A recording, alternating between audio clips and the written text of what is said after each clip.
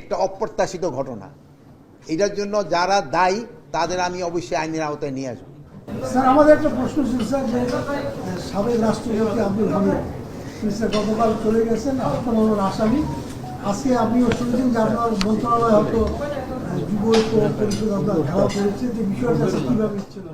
এটা একটা এই ঘটনাটা মানে ঘটবে আমরা কোনো সময় আশাও করি নাই, বাট এটা মানে একটা অপ্রত্যাশিত ঘটনা। এটার জন্য যারা দায়ী তাদের আমি অবশ্যই আইনের আওতায় নিয়ে আসবো। এটা একটা অপ্রত্যাশিত ঘটনা। এই ঘটনাটা আমিও এই আসার পরে জানতে পারছি, এবং এটার জন্য যারা দায়ী আমি তাদের আইনের আওতায় নিয়ে আসবো। এটা যেহেতু আমি এখনো পর্যন্ত ইনভেস্টিগেশন রিপোর্টটা পাই নাই, যারই ব্যর্থতা থাকুক তারই আমরা আইনের আওতায় নিয়ে আসবো। স্যার, আরেকটা বিষয় স্যার একটু জানতে চাই যে আজকে মাহফুজ আলম একটি স্ট্যাটাস দিয়েছেন ফেসবুকে। উনি লিখেছেন যে আওয়ামী লীগের বিচার এবং নিষিদ্ধ করার ব্যাপারে ছাত্র প্রতিনিধিদের মধ্যে যে দুজন উপদেষ্টা আছে তারা সরকারের মধ্যে কোন ভাষা। স্যার, আওয়ামী লীগের বিচার এবং নিষিদ্ধ করতে অন্য কোনো চাপ আছে কিনা সেই বিষয়টি বলবেন, যেহেতু আমরা দেখছি যে একের পর এক ঘটনা ঘটছে। এটা হয় কি, আমি অন্য উপদেষ্টা কি বলছে এই ব্যাপারে আমি আমার নিজস্ব কোনো ই নেই। এটা সরকারের সবাই মিলে যে সিদ্ধান্তটা নেবে সেই সময়টি আমরা বাস্তবায়ন করব। স্যার, আরেকটা বিষয় হচ্ছে স্যার, আইন শৃঙ্খলা পরিস্থিতি এখনও কিন্তু আপনার স্থিতিশীল অবস্থায় আসেনি। আমরা লক্ষ্য করেছি যে রাত হলেই বিভিন্ন থানায় আপনার গভীর রাতে দেখা যায় যে তদবিরকারীদের আপনার অবাধ বিচরণ এখানে আগে এটা লক্ষ্য করা যায়। এখন তদবিরবাজ বেড়ে গেছে, মানে আইন শৃঙ্খলার সাথে না, এটা আইন শৃঙ্খলা পরিস্থিতি উন্নতি, সাধারণ আইন শৃঙ্খলা উন্নতি হয়েছে বা তদবিরবাজদের বাইরে গেছে। যদি আইন শৃঙ্খলা উন্নতি না হলে তো থানায় তারা তদবিরবাজরা যাইতে হবে, রাস্তাঘাটে তারা ধরা খাইতে। এই জন্য আমি এখানে কমিশনার সাহেব আছে এবং সে রেঞ্জের ডিআইজি সাহেব আছে, তাদের অনুরোধ করব তদবিরবাজ যেন কোনো অবস্থায় থানায় ঢুকতে না পারে। আর যদি ওইরকম তদবিরবাজ যা কোনো দোষী হয় তার সাথে সাথে আইনের আওতায় নিয়ে আসবে।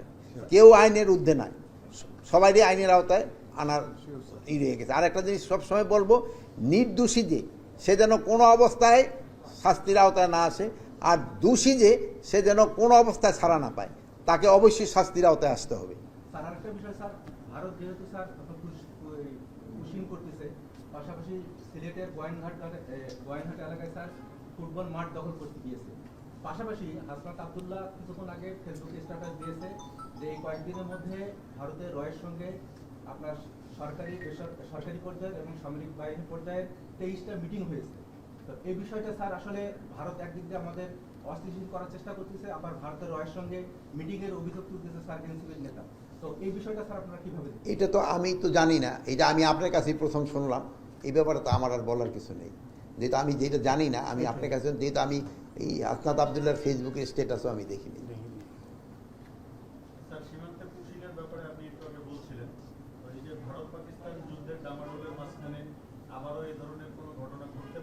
না না, এই ঘটনাটা আপনারা দেখছেন যে এটা বিহারেই তো না গুজরাটের এই জিনিসটা কিন্তু ওরা প্রায় 10-12 দিন আগেই বলছিল যে 1000 কতজন এরকম হয়েছে। ওরা প্রায় এই ভারত পাকিস্তানের এটা আগে এই জিনিসটা হয়েছিল, এটার সাথে এটার ওরকম কোনো সম্পর্ক নাই।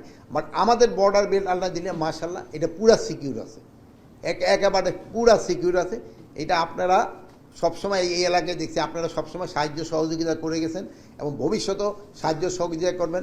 আইন শৃঙ্খলা বাহিনীর সাথে আপনারাও থাকবেন, এই আমাদের বর্ডার সবসময় সিকিউর থাকবে আল্লাহ দিলে। আরেকটা বিষয় স্যার, যে এখন আমরা লক্ষ্য করছি যে সাংবাদিকদের বিরুদ্ধে এখন কিন্তু মামলা হচ্ছে, যদিও পুলিশের একটা নির্দেশনা আছে মামলার আগে তদন্ত করা দরকার। আমরা দেখছি যে কেউ মামলা করলে এই মামলাটা আপনার আমলে নেওয়া। এখন হলো কি, মামলার ক্ষেত্রে ওই দুই ধরনের হয়। এখন আমরা বিপদে আছি, যদি মামলা না নেই আবার বলেন যে থানায় গেছি মামলা নেন নাই, জিডি করতে গেছি জিডি নেন নাই, আবার নিলে বলেন যে আমি অমুক একটা নিয়ে নিছেন। এই জন্য আমরা এই কারো এগেনস্টে মামলা হইলেই আসামি আমরা কিন্তু একটা আইন করতে আছে, যেমন ইভেন আপনারা কেস করে দিচ্ছেন হাইকোর্টে যে কেন আপনারা আবার দেরি করবেন, সাথে সাথে তারা কেন। তবু আমরা যতটা সম্ভব আমরা চেষ্টা করতেছি যেন একটা নিরীহ লোক কোনো অবস্থায় যেন পানিশমেন্ট না পায়, আর একটা দুর্নীতি বা এই দোষী মানুষ যেন কোনো অবস্থায় শাস্তির থেকে রেহাই না পায়। আপনারা ভালো থাকেন, দোয়া করেন। আরেকটা জিনিস আপনাকে অনুরোধ করব, আপনারা সত্যি সংবাদ দিবেন, যেহেতু আপনারা এটা সবসময় দিয়ে আসছেন, এটা দিলে আমাদের সবারই লাভবান হয়। যদি একটা সংবাদ যদি একটু এদিক সেদিক হয়ে যায়, এটা কিন্তু পার্শ্ববর্তী দেশ এটা লুইফা নেয়, এটা নিয়ে করে নাকি এটা নিয়ে ওরা কতগুলি মিথ্যা বানোয়ার দেওয়া দেয়। যদি আপনাকে এখানে একটা খুব সুনাম আছে আপনাদের, আপনারা সবসময় সাধারণত সত্যি সংবাদটি দিয়ে দেন। আর আপনারা কৃষি ক্ষেত্রে অন্যান্য ক্ষেত্রে যদি আমাদের যেই জায়গায় দুর্বলতা আছে আপনারা আমাদের প্রকাশ করে দেন, আমরা ওইটা রেকটিফাই করব। আমাদের ক্ষেত্রে যদি কোনো দুর্নীতি থাকে আপনারা প্রকাশ করে দেন দুর্নীতি। আমরা যদি কোনো ভর্তি বাণিজ্য বা নিয়োগ বাণিজ্যের সাথে আমরা জড়িত থাকি, স্পেশালি আমার ক্ষেত্রে আপনারা প্রকাশ করে দেন, আমার কোনো আপত্তি নেই, আপনারা প্রকাশ করে দেন। আপনি প্রকাশ করে দিলে আমার জন্য ভালো। যদি কোনো দুর্নীতিতে আমরা জড়িত থাকি আপনারা প্রকাশ করে দিবেন।